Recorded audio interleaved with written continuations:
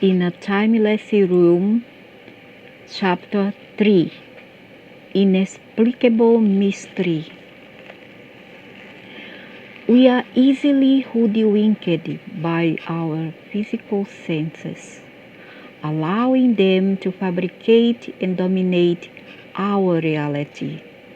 In this way, we are overwhelmed by the apparent separation in life, unwittingly denying our metaphysical oneness. That's correct. How the matrix can elude us at the point of drive us insane, traumatic, stressed, distressed, etc. When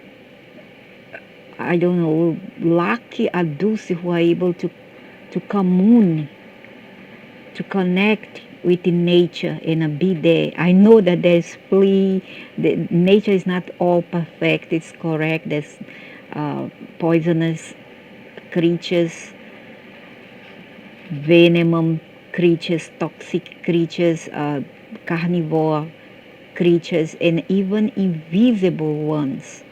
Okay, so it's not always perfect. However, if we adapt to it, we adjust to the environment of nature, we can see that we're going to be more immune to its attacks, and also more immune to the negative side of nature, and happier. Limp as an abandoned puppet, I collapse into the riverbank. As the calm travel in which I have been held is released, my mind and emotions are in confusion and turmoil. For long moments, I hang suspended between the heights of a transcendent joy and the depths of utter despair. Are you alright, my darling? If there's one person I need right now, it's Trinai. She comes to sit next to me on the riverbank, an expression of concern on her face. Staring at her, I ask, "Why aren't you upset?" She smiles. "I think you and I have had very different experiences. I have seen much the same as you, with some exceptions, but I felt rather removed from it. As I have said before, this is a dream for me. To me, this fear and its images were more alive, more real than anything I have ever experienced. I feel wrung out. Can I help you, my love?" I sighed. "Just being here helps. All my years of rational, common sense logic are unable to help me with this inexplicable and a breathtaking mystical reality. How can I even begin to analyze what is happening? Maybe you shouldn't get into a lot of analysis. You are probably right, but I need to talk it out. I understand. Do you feel frightened?" I nod reluctantly. "To be honest, yes, a bit. I imagine you feel rather unprotected." "Not really, but I guess I feel vulnerable, even though my intuition tells me that my experience is being guided or overseen by a being of light." "Do you fear for your safety?" "A bit, yet paradoxically, my intuition tells me that I am safer in this mystical realm that is possible in any physical reality." Trina smiles her agreement. "Were you upset or shocked by the images of the sphere?" "Yes, I was, most especially by the giants and their horrid sculpture. Yet my intuition tells me that I experienced no more than a fleeting glimpse of an infinitely greater mystical reality. It has given me a whole new insight into the all there is. Yes, Trini smiles. I see what you mean. It's only natural that you would be confused and upset, though. Your belief systems are all in shock. Be honest. How much of your turmoil is related to the fixed and limited belief systems that we all share? What can I say? Most of it, probably all of it. Yet again, my intuition suggests that if I can accept what I am, experiencing this adventure will continue, while rigidity and denial will quickly bring it to an end. This brings us up. This brings up a very important issue. Do you want it to end? On this I'm clear. No. Very definitely no. It seems obvious that your intuition is working with a real clarity. If you are confused, I suggest that you trust your intuition and continue with the adventure. I give the suggestion some thought. Do I trust my intuition? After all, if my logical mind in everyday reality teaches me mainly under the stimulus of pain and suffering, surely my intuition can do better for me than that. I agree with you. I consider that I am safe. I only hope that some cosmic overseer is in charge of all this. But by now I'm pretty sure that I can trust my own intuition. Don't forget, our intuition is the inner tuition of our greater self. Trinai reminds me. I think Trinai, Trinai is his wife. It's not really his wife, but something else. Is God's self talking to him in this very wise way. It is strange, I reply. I can feel myself accepting all that this at a speed that I could never normally manage. I'm amazed at how calm I feel already. Be fair, you would never had such experience to deal with in a physical reality. This is not his wife, something else, passing up as her identity. Obviously, but even so, I'm now calmly accepting things that should continue to upset me for weeks. Trinai laughs. Be grateful and give yourself credit. Accepting your own strength and capacity is part of our normal reality. And I bet it is essential in this. I smile at her as I roll over on the grass. For a brief moment, my light body weakens and I'm aware of the physical me, sitting in my bed, documenting this unfolding metaphysical reality. My ankle is aching from the drag of the bed clothes, and I am aware of Trinai turning over in bed next to me. Then this experience fades, and all my awareness is again focused in my light body self, sitting next to Trinai on the bank by the river. I was just aware of me physically in bed, awake and writing, and you turned over in your sleep. I told you that I am in a dream state. Trinai stares at the river as though mesmerized. This is definitely the most extraordinary part of my dream. Hesitant, I gaze at the river, and the precise place where the sphere had been the river is flowing smoothly upward. A vertical column of water rises from the riverbed. Impossible, utterly impossible. It's an insult to all the physical laws of the universe. But this is metaphysical. I look away hurriedly, acutely disconcerted. Why are you deliberately staring away from it? It's impossible, unbelievable. Oh, and the images in the sphere were not? It's all alien doing. The spheres are alien. I shake my head in confusion. It's difficult to explain it, but this uphill river is much more challenging. I see this river every day. It's always perfectly normal. Now it isn't. It has gone mad. I'm well acquainted with waterfalls, but this is the reverse. Yes, well, just take your time and relax. Relax? Easier said than done. For a while, I just sat in the warm sun, continually glancing at the river, then away. The sight is so completely outrageous that I need to take it in slowly. We sit silently by the side for what feels like a long interval, with an involuntary sigh escapes my lips.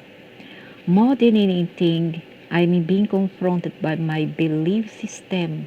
My belief has always been that the rivers do not, under any circumstances, run uphill.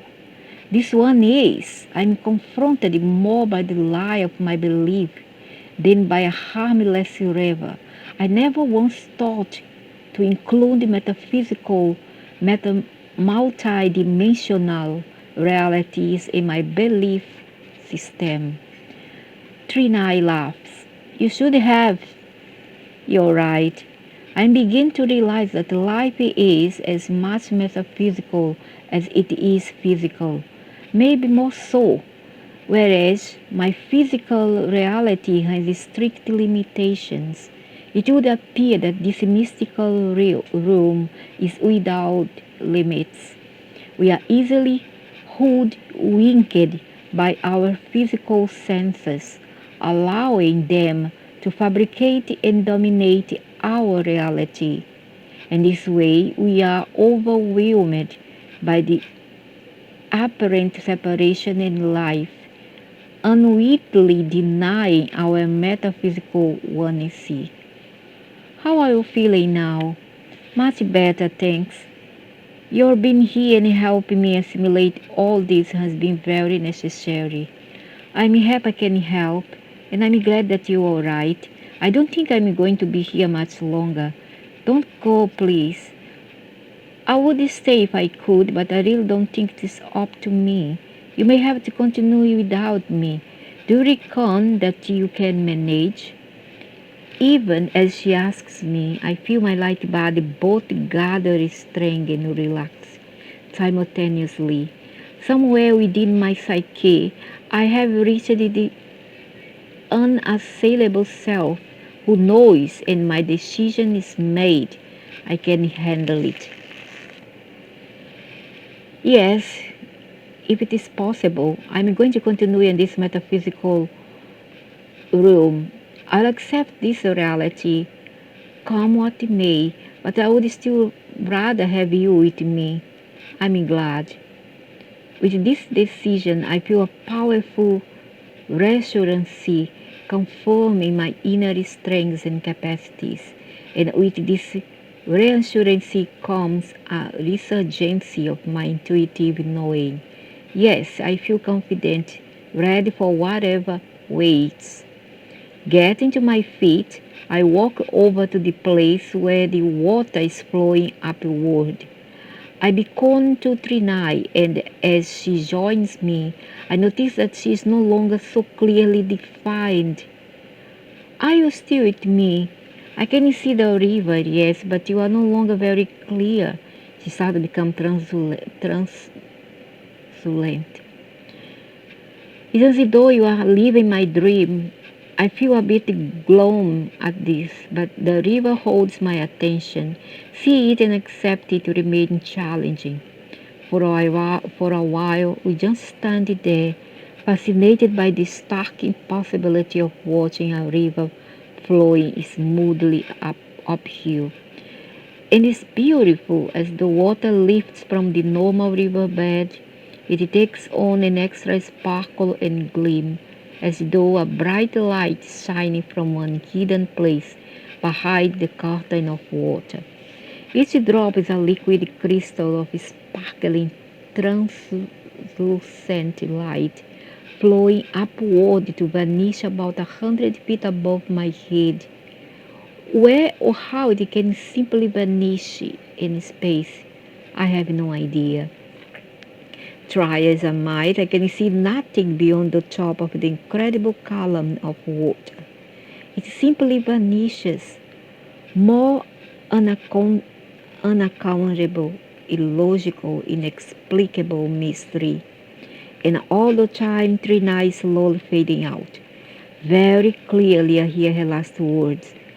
Goodbye, my darling.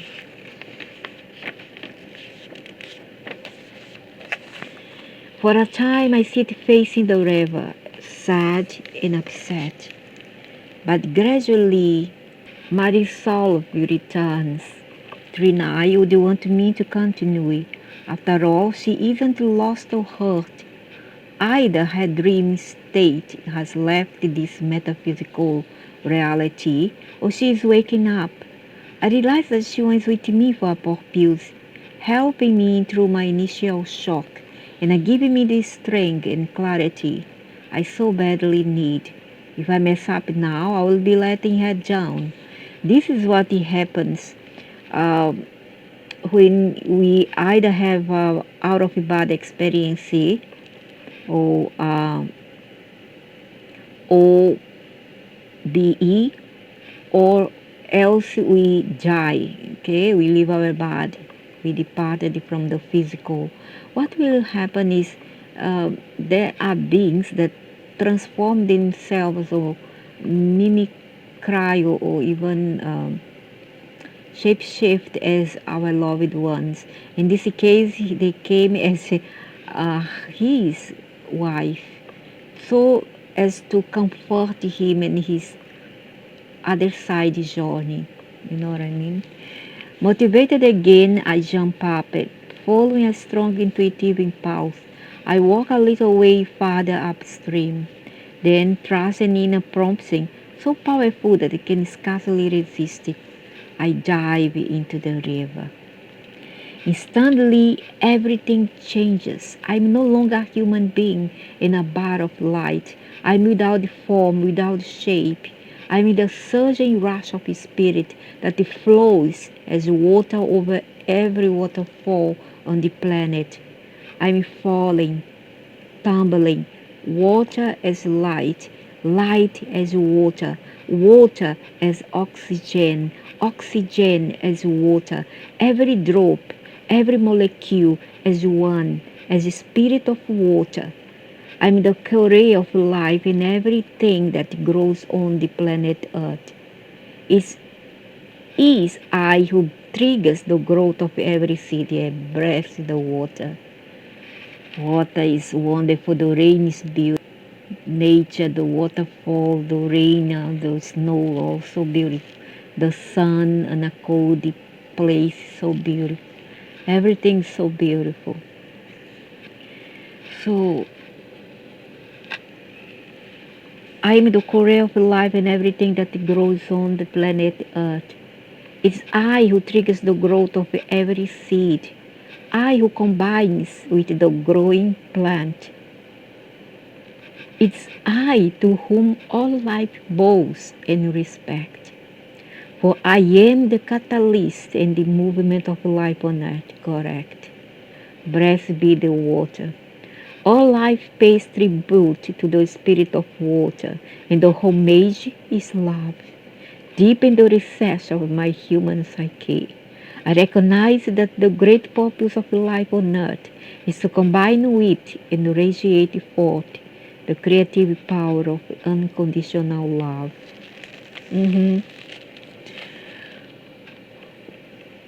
I, the spirit of water, I am the imperceptible, rhythmic sway of the vast inky depths of the oceans of the world. Here, on the voice of silence, I sing into the consciousness sea of the whales and the dolphins. Oh yes, how I remember. I used to go to a place where I was born, and then there has how to say, a division between the ocean and the river also is blue. And there's a division made of rocks and a pavement. And then I use that to watch the waves in the ocean, Atlantic Ocean. And it was so strong, and so it's like they want to send a message of life, of vibration, of intensity. I was on about 14 to 13-year-old girl. And then I watched the dolphin. The dolphin will jump when they saw girls there. They will jump. So cute. Here in this place, this a bit weird place. Here were all it was different. It's full of trees. Now they removed the trees. Unfortunately, the dragons, the aliens removed the trees. Unfortunately, the evil humans. I used to swim from here to the other side with my girlfriends. And we would go to the other side, the ocean. Here's a river. Beautiful river, very clean and blue. And the other side is the ocean. I was had to go here and watch the dolphins. Unfortunately now, there's no more dolphin because of the pollution that human does. The ships pollution, the human pollution. Here, the dolphins will move here in a jump when they see girls, and I want to touch them because I love animals. I really do love animals. We were so free, just like I'm watching myself and the girls swim, and my sister. Oh, the sister swimming here to the other side. So nice.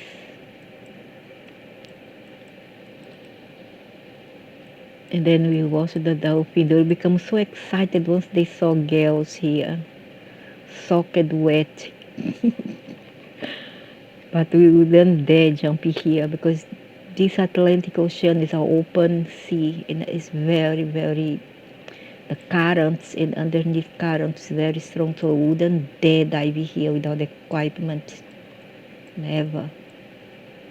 So we would walk here sometime, and I was 5, 6-year-old, my father would bring me here to fish. Fish, pink, large fish. I don't know what kind of fish is that, pink color. Very large, like salmon. Reddish flesh. Like salmon, but not salmon.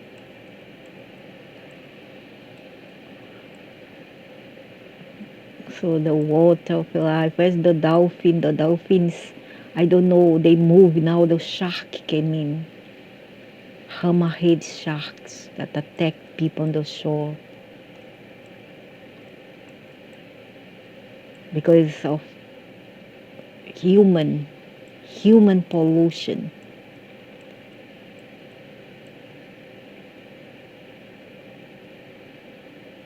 And it's still cleaner. There's a place with more dirty than this one. This one's still clean.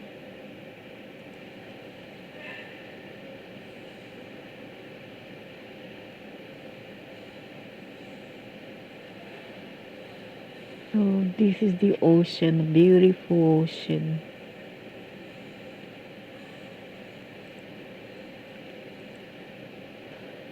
Here, on the voice of silent sea, I sing to the consciousness of the whales and the dolphins. I sing to them of one sea, of the one life that permeates all as spirit. I sing to them of the sisters stars, of brothers suns, of light that acknowledges no darkness sea, of the infinity of spirit, to the intelligent beings of the oceans of the world. I sing, for they can hear and they can listen. They too can sing with the harmonic vibration that I invoke They blend the energies in a resonancy that uplifts and honors the oneness of all life. And as they sing the oceans, I am amplify and magnify this song, blending it into a sound of silency that reaches across all the dimensions of all there is. I don't understand how a being, a negative alien, will have courage to kill these beings. They are so beautiful. They come from Arcturus. They actually, some make a mistake saying that cats come from Arcturus. No, cats are original of Lyra, and the Anunnaki, uh, the Anunnaki, how to say that thing, not say creators. They call themselves creators, but I would call them the invaders, or the they are the controllers, the dominators. They they take the code, the DNA code from the cats, and then they become lion people, tiger people, and then they went into Sirius. I guess Sirius B, if I don't make a mistake, Sirius B. Yeah. But those beings here, these ocean beings, they are from Arcturus. But the constellation of Arcturus, because Arcturus is very big, so is Sirius, so is Aldebaran, so is Pleiades, so is Andromeda. It's all very big. There's many beings, many sort of DNAs, templates, and creation there. So what they did is they just take DNA from other beings that the cosmos created, not them, the cosmos created, and they infiltrated therein. Okay? I think for the here, and I don't understand how people have courage to kill this. I don't understand. These are angels, these are beautiful, these are, oh my God, I cannot explain. When I talk about those beings, not only them, the dogs, the cats, the birds, when I talk about them, I see them as a very superior beings. I see them so, I cannot explain how much I put them on the pedestal, because they deserve to be there. I just love them so much. And yet, what the negative aliens human does, they keep them in captivity, they torture these beings, they kill them, they throw harpoons into the ocean, they pollute their habitats. And what you want in return as a human being, if not destruction in return, if not punishment from nature itself. Nature don't punish. It just tries to wake human up. But it's not even enough, because human doesn't learn easily. Human doesn't learn easily their mistake. Unfortunately not. They too can sing with the harmonic vibration that I invoke. They blend their energies in a resonancy that uplifts and honors the oneness of all life. And as they sing the oceans, I am amplifying, magnify this song, blending it into a sound of silency that reaches across all the dimensions of all there is. I try, oh how I try to reach into human consciousness, but mostly, alas, they are deaf to all beyond correct.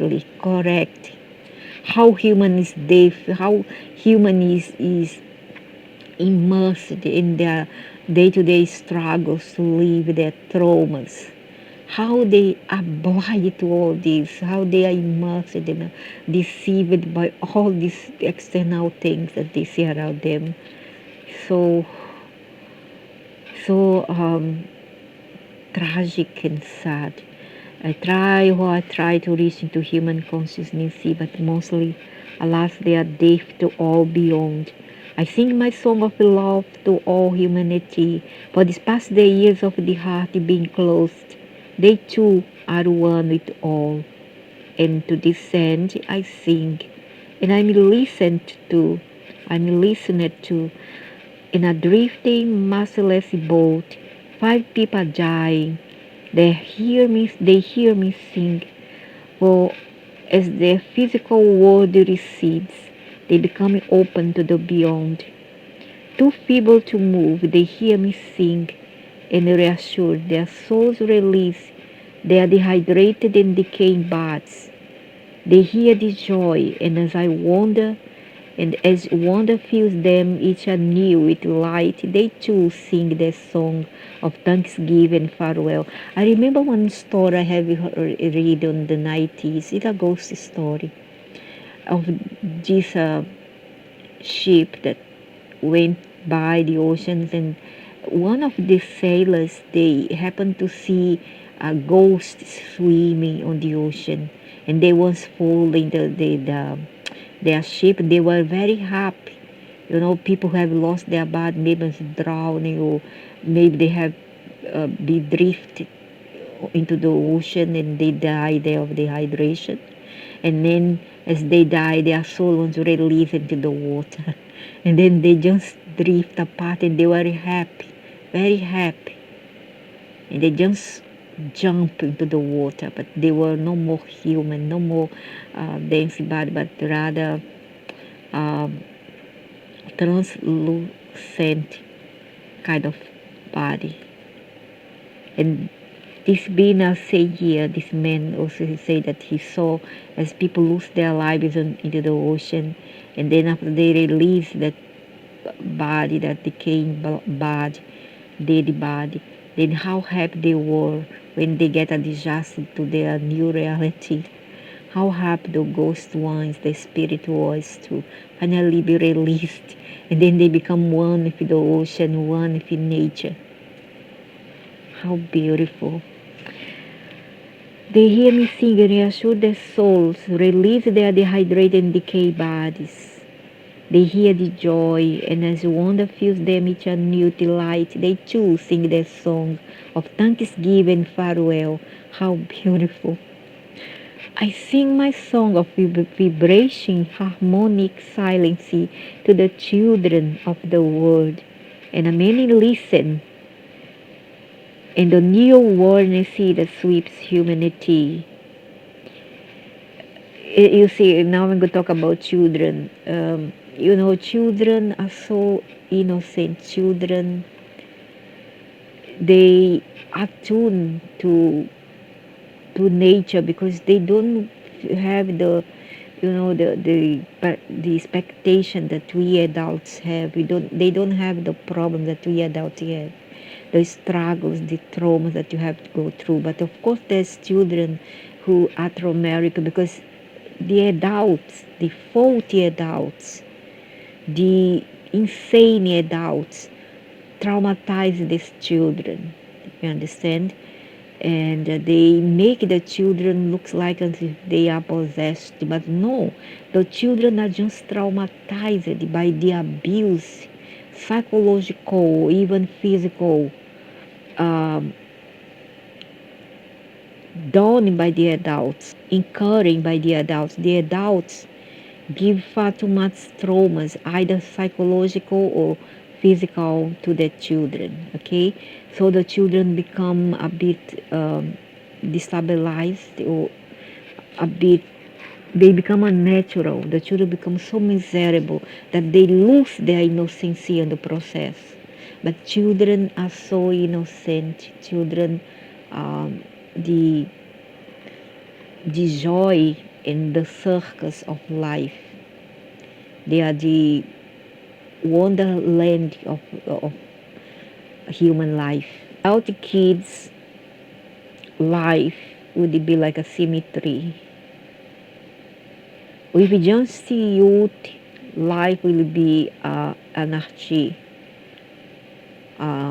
place without much maturity. So you need balance, but we don't need so much maturity at the point of taking the joy that these young souls need to to forget what is to coming to them in the future as they age. So they need now to live on the present moment and forget more about the life traumas. But some adults in control, be one or another, be the parents or the caregiver, the state, etc. They tend to put in too much expectation and too much duties into the children when children doesn't need too much duty. All your children need is to be kids, to laugh, to play. That's how I raise up my kids, to laugh and play, to be happy, to be gay, okay, to be happy, because the name gay means happy. So I want my children, I'm not talking about this uh, other things, people, when we talk about gays, they think that it's all about LGBTQ. No, it's nothing to do with this kind of thing, because it's only adult kind of behavior. But I'm talking about innocency, pure innocency here. And it's only when we return to childhood that you know what joy is all about. Your kids don't need to walk so much. Your kids don't need to start so much. Your kids need to play, play, play. Because without play, there will be tomorrow a very psycho, narcissist, and bitter, not sweet, but bitter being. So let your children be children, because kids will always be kids. But watch them, depending on the age, you watch them be a hen, kind of a mother, or kind of a dog or cat mother. Always protect your children as they are growing up, not to fall down, not to, get into trouble. But don't be paranoid about it. Just be there for them when they need your help.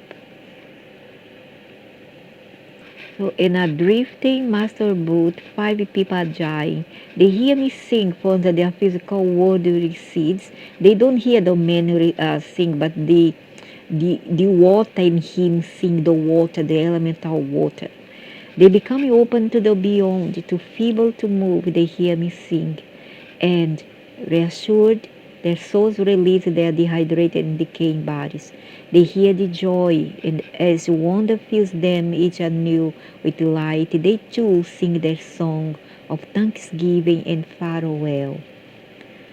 I sing my song of vibration, harmonic silence to the children of the world. And many listen in the new warning sea that sweeps humanity. There are adults too who listen. Yeah, awake adults, sure he is. I sing to the soul, never denied. My words of silence are meant for no interpretation, but to carry the soul to the triumph of knowing self as one. In the still depths of lake locks, lagoons, and ponds, in the still depths of lakes, locks, lagoons, and ponds, I sing the endless, timeless song of love, the song of creation. I touch the consciousness of every fish, of every bird, of every creature of the water. For I am the spirit of water. I sing my song in every creek, stream, rivulet, and river. It is I who moves with power and grace towards the waiting sea, and it is I who waits my coming. It is I who sings in the bud of every human, every creature of the earth, every drop of rain, each wisp of mist and fog, and every universal molecule. I am the spirit of water. I sing my song of growth within the sap of every plant, and each drop of dew is my amplifier. I steer the stony heart of every grain of sand, each pebble, rock, boulder, and mountain of the earth. I am the bringer of the movement of life, for I am the spirit of water. Without warning, my all-embrace experience of the spirit of water becomes centered and focused within my human psyche. I am aware of myself as one with the water, moving steadily in the current toward the place where the rivers flow sharply upward. Up I flow, and up I am the sparkling, twinkling light in each drop of water, and I am the river as a wondrous, vital, living whole, and I am aware of my human self at peace with my experience.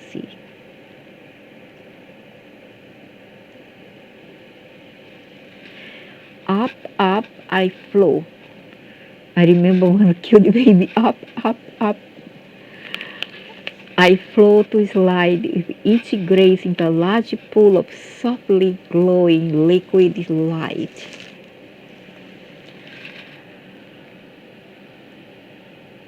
The spirit of water withdraws, and I am a man, swimming in my light bath across a pool of wholesome beauty. I swim with effortless ease, moving over the surface of the pool as easy as a leaf blown across a pond by some playful breeze.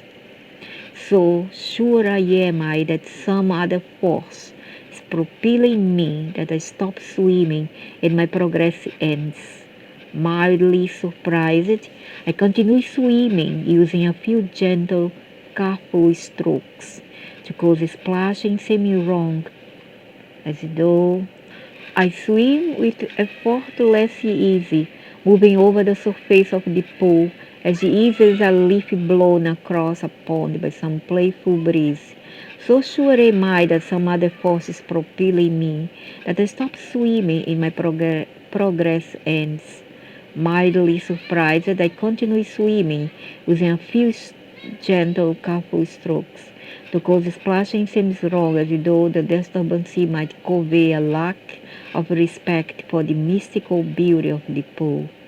As I swim, I hear a sound that thrills me to the very core of my being. It is a sound so sweet, its notes so clear that I shiver as I faint recognition steals within. I have heard this sound as a child and later as a teenager. This haunting call has invaded my dreams and has thrilled me in those brief moments when a tangible reality has wavered as I reached out to mystery. I dismissed those mystical moments as daydreams. Yet, I'm once again hearing the pipes of pen, and I'm not dreaming. I'm aware now of the power of this sound. I hear not only the clear fluting of the pipes, but mixed and merged the sound of distant wind chimes. In the merging it seems that I can hear the faintest laughter, yet try as I might, I cannot see pen. My slow and gentle swimming has brought me to the shore of the lagoon of liquid light. Although this liquid light is water, so also it is far more. This is the light bath of water, the metaphysical essence as opposed to its physical form. I emerged not even wet and woke up a beach of fine gold sand. Not sand of a golden color, but a beach that I somehow know is gold. As I glance around, a powerful intuitive knowing suggests that nothing here will conform to a normal reality. So I relive my search for something familiar. Even so, the trees and vegetation beyond this sand appear normal enough until I notice the independent movement of limbs and leaves in the warm, quiescent, haunted air. Emerging from the trees, a little boy, walks swiftly toward me. I stand, waiting. As he reaches me, I feel a surge of recognition. which falters. Almost I thought I knew him, but the feeling fades away. I think that the little boy was him when young. He's another self. He's from his infantihood. He looks up at me. He's about 6 years old. His hair jet black, but his features are not clear. In the distance he had appeared to be deathly pale. In the distance he had appeared to be deathly pale. But now I realize that his whole being is illumined. His eyes are midnight black, but beyond that I can discern little. This is a beings from another parallel plane. Okay, some people are so afraid of them because now this year now the portal has been opened and they are infiltrating here in this parallel uh, reality. Some of them are also confused. They don't they don't actually want to be here. There are the negative and the positive. Not all are negative, not all are positive. Okay. However, they are a bit lost. And yes, people when they die, they can momentarily become one of them is the people of shadow or light. Okay, they can momentarily or for some period of time, they can also become one of them. They belong to the fourth dimension. And when you see also elves and imps, don't be afraid. It's all part of it, life and nature. I myself am not afraid of them because I understand where they come from about their reality and about our reality because we are not a human. We are having a human experience here, but in reality, ultimately, in the absolute reality, we are not human. We are spirits having a human experience here, but the matrix always eludes us. I myself also I get caught up many times into this reality, and what ends up, I become stressed, I become distressed, I become angry, traumatic, etc. Okay, and I try my best not to get so much caught up in this reality because it's very painful. It's not easy. No, it's not easy for us to be here in this body, to live this life as it is, and the matrix and the big cities. It's not easy at all. Not for everybody at least. And but now realize that he's really been illumined. His eyes are midnight black, but beyond that I can discern little. You almost remembered me, he says. Yeah, eh? He remembered him. Maybe he's one of his self in a parallel world and in the continuum time continuum. Doesn't mean I know you. Honestly, I have no recollection of it. What's your name? Fanny. Way down deep, something faintly stirs. Then it's lost. It's odd if I stand before this boy. It's I who feels like a child. The pure, aware intelligence that emanates from him is palpable. That's an unusual name, I said inanely. I'm here to keep you company and maybe help you if you need assistance. Who are you? I am an aspect of self. Yeah. Then I should know you. He shrugs lightly. Perhaps. Don't you know self? I shake my head sadly. No, I don't. Self is the main aspect of the all that, you know, kind of lowers itself to become visible, to become even if more or less visible. That's the aspect of the self, you understand? It has many splendid things. You understand the music. Love is many splendid things. I would say self is a many splendid thing. Do not be hard on yourself.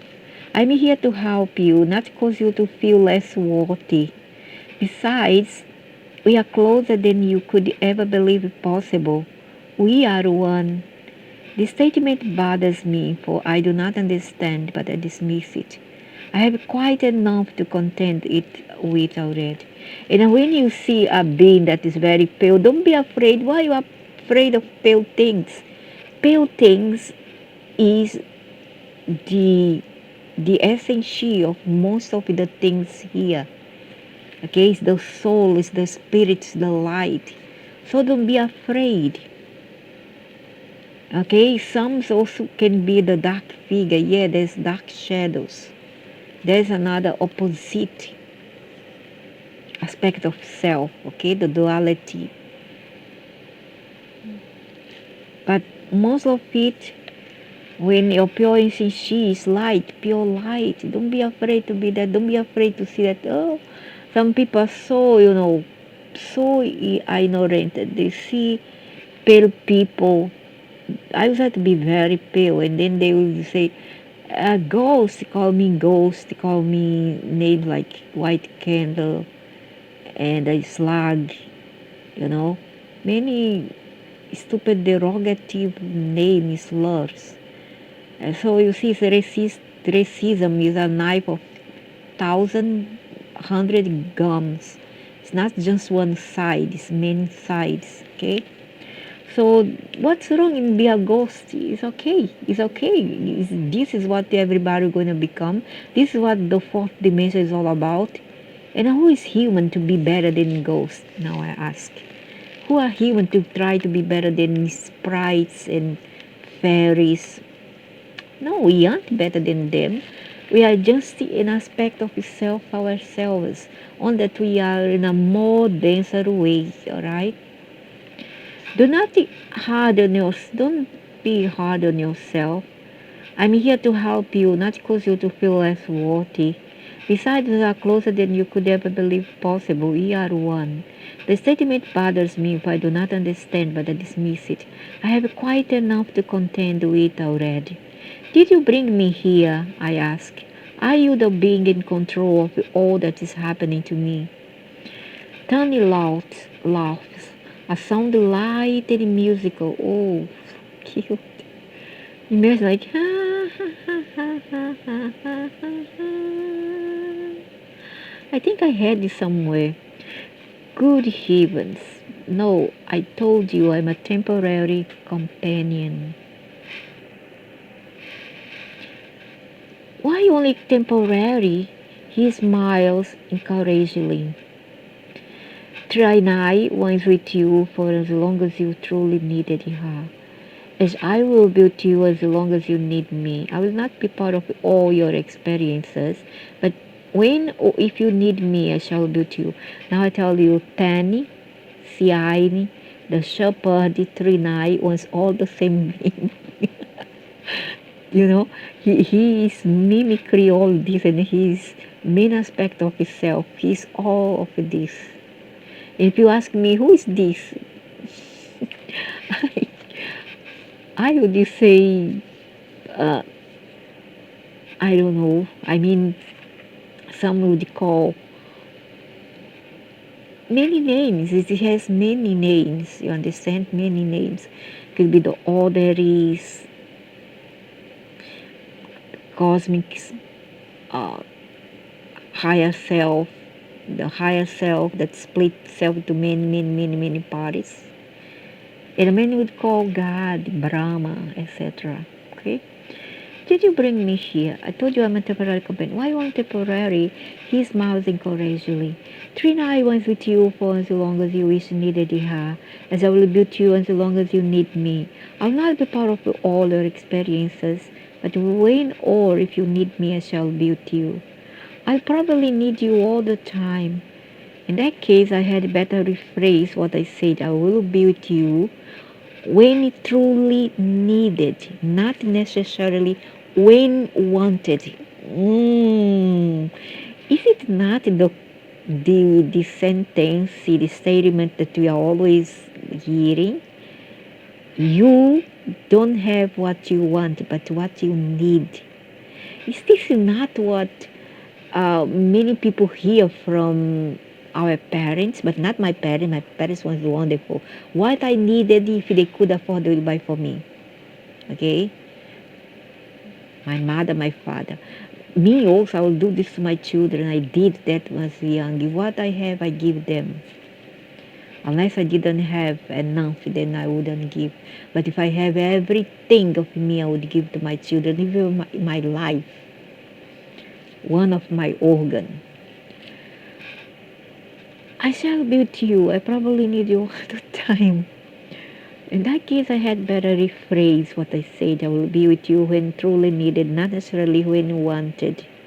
No, I would think different. If I really love somebody, I will give them what they want, not what they need, but what they want. But that's me. Maybe I'm wrong, or maybe I'm not. Doesn't matter.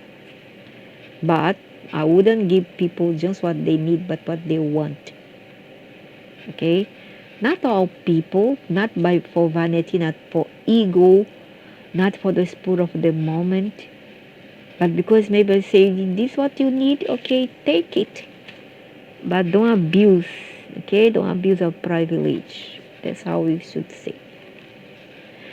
He tilts his head at an angle. Well, thanks, I explained. That's very encouraging. He tilts his head at an angle. How can you resist the music of the pipes? The pipes of pen had grown much stronger and more compelling as we talked, and I realized that each leaf of the trees, each golden grain of sand, each blade of grass, each flower and petal, all nature is keenly aware of this hauntingly beautiful sound.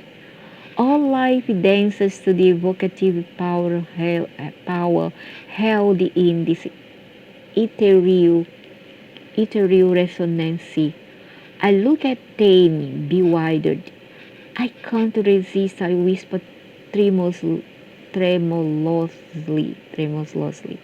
Suddenly, a high fluting note of power pierces me, though, and I change again.